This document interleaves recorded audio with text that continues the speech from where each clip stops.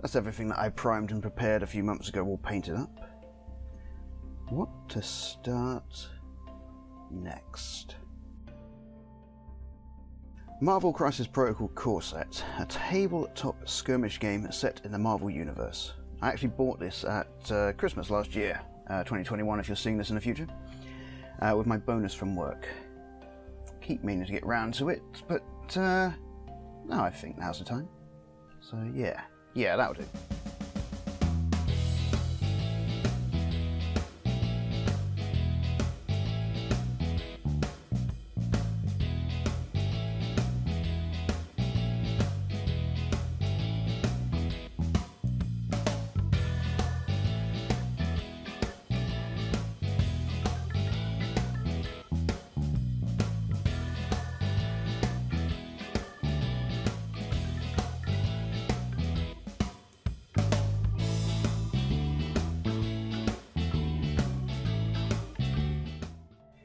The miniatures in the core set are Spider-Man, Captain America, Captain Marvel, Iron Man, Red Skull, Crossbones, Baron Zemo, Black Widow, Doc Ock, and Ultron.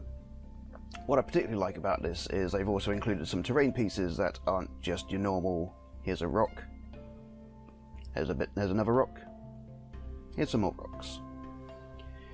In this one there is the Daily Bugle newsstand, 2 cars, 2 lampposts, 2 traffic lights, 2 dumpsters. Having rewatched Spider-Man No Way Home a couple of weeks ago, I figured I'd start this box off with the Spider-Man figure. My mum used to work in a small VHS rental shop. It was one of the old Ritz videos in '88. They later became Blockbuster in '89, and then, as most people know, went out of business in 2013. I was 6, and she was allowed to bring home 1 tape each week. One week she came home with a film, and I'll always remember it because it was the first time I'd actually watched a superhero movie, and it was Spider-Man, The Dragon's Challenge, which was made in 1981. Later found out it was based on a 1977 TV show. At the time, I thought it was one of the greatest films I'd ever seen, though looking back now,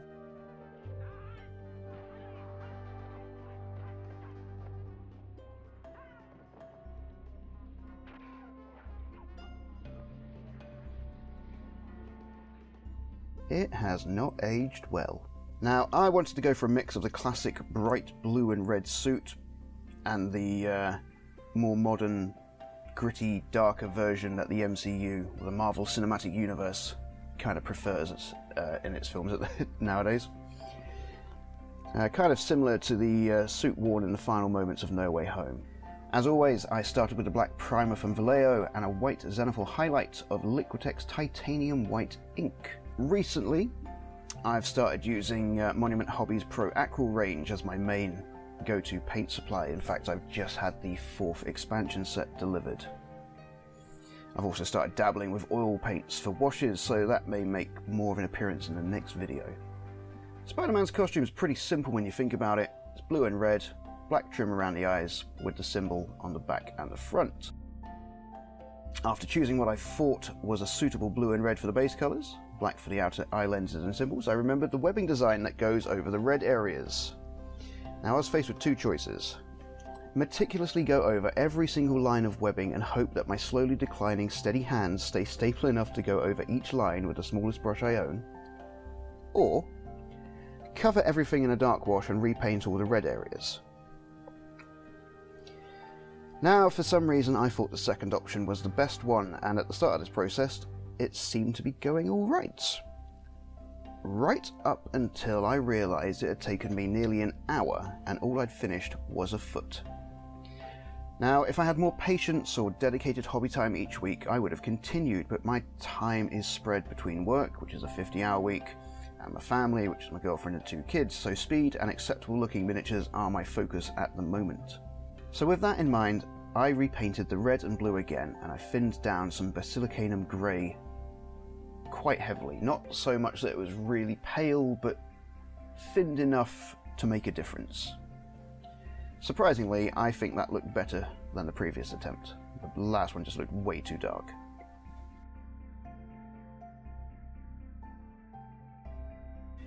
Unlike the majority of the bases I've painted recently, the bases for the Crisis Protocol miniatures are more detailed. They're more of a urban city combat look, rather than like a plain disc where I just build it up from there. Spider-Man's base looks like a battle-worn pavement. It's even got a little metal girder sticking out some rubble.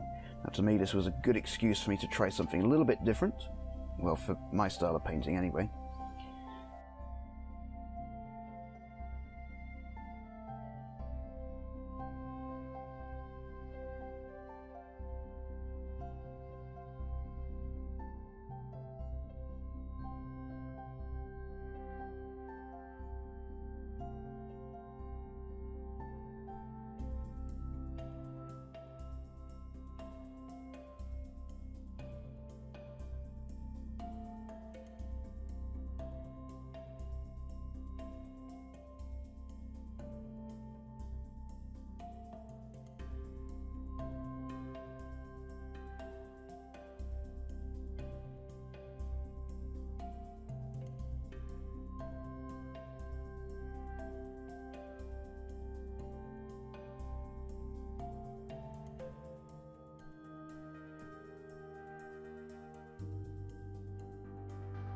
Now, I'm a bit of a sucker for texture effects. I generally find myself ordering bits and pieces that intrigue me or things that I think I can use on an almost weekly basis.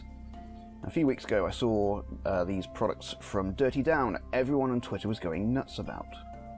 In hindsight, if I'd actually made this video back then, who knows, I may have got a little bit more traction.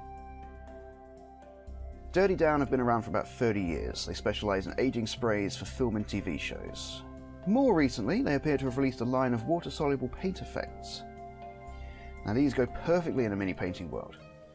This line consists of rust, moss, and verdigris effects. Now, I apologise, I probably butchered that last word. Forgive me. Now, seeing that girder poke out of the rubble, I figured, you know what? That girder needs to look rusty. The idea is that you apply the solution to what you want to look dirty, rusty, mossy, whatever, and after it's dried, which normally takes about 5 minutes, run or rub water over the affected area, leaving behind a suitably rusty, dirty look. You can completely remove it with water if you want, but a little bit of water, smush it about, seems alright. This was the first time I've used it, and I'll admit I was impressed with how it came out, and I'm looking forward to getting to grips with this more and using it in future projects. And after it was dry, tidied up the base a little bit. And yeah, here he is, everyone's favourite web slinger, finished. I really enjoyed painting this one. It's a good change, and it's a character we all know and love. I think most people love Spider-Man. I think it looks pretty cool. I love the texture effects, the rust effect on the girder. Looking forward to using that a little bit more in the future as well. So, what did you guys think? If you didn't notice, I have tried to put a bit more effort into the video production for this one. I do want to try and improve how the channel looks. If that takes me a little bit longer to get videos out, then so be it. But I think overall I'm quite happy with how this one came out. Even wrote a script and everything. So, yeah. Let me know what you think down below in the comments. And as always, if you like what you see, maybe think of liking the video, subscribing, coming back for more, and yeah, see where it all goes. As always, I'm Gary, aka Hopeless. Thank you so much for watching, and I'll see you in the next one. So until then, see ya!